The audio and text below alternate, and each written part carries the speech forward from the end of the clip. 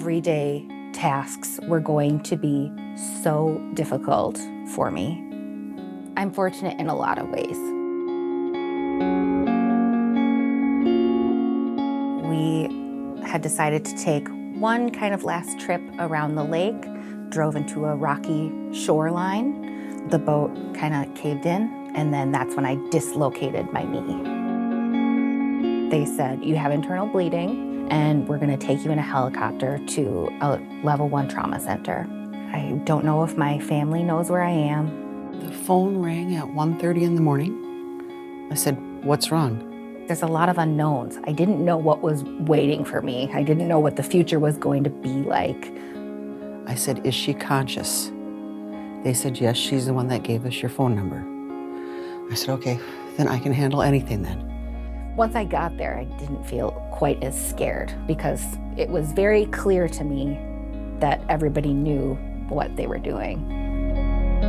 They said, we need to put your knee back into place, and we need to put it back pretty much right now. The only thing that was left holding her knee into place was the skin. All the ligaments and everything had been ripped. So I remember that being very painful. It wasn't scary at that point. It was more just unknown and painful. I didn't leave. I just slept in a recliner in her room, and I'm in it, babe. I'm right there with you. We started physical therapy, which was incredibly intense, and I was so fortunate. His name was Chase, who was my physical therapist. I remember when we went down to physical therapy, and I was standing behind her in the wheelchair. Her little jaw was just quivering from the pain.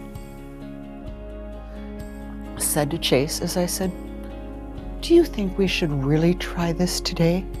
He says, Mom, we're just gonna sit on the bed and go back into the wheelchair.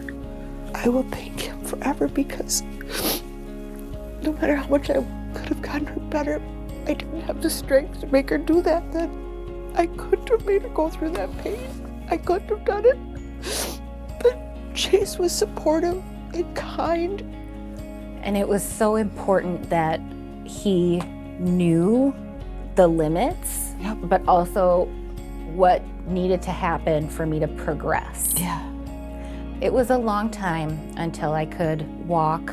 I left the hospital without putting weight on it. And that's when I learned to give Lovenox injections, because Really, you learned how to do it at North Memorial. yes, because the nurse Carla, I said, I can't do that. I can't do the needles. I can do everything. I can't do it.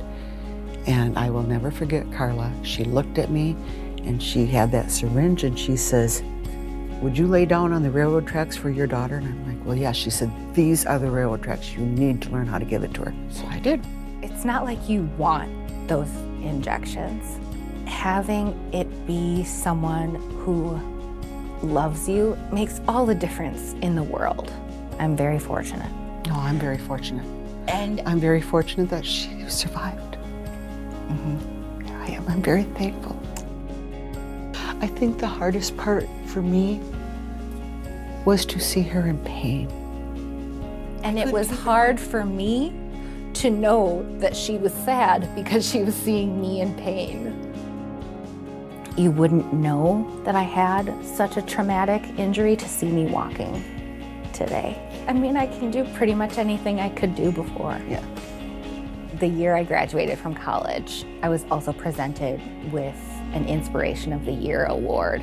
To be recognized for some level of resilience was an honor.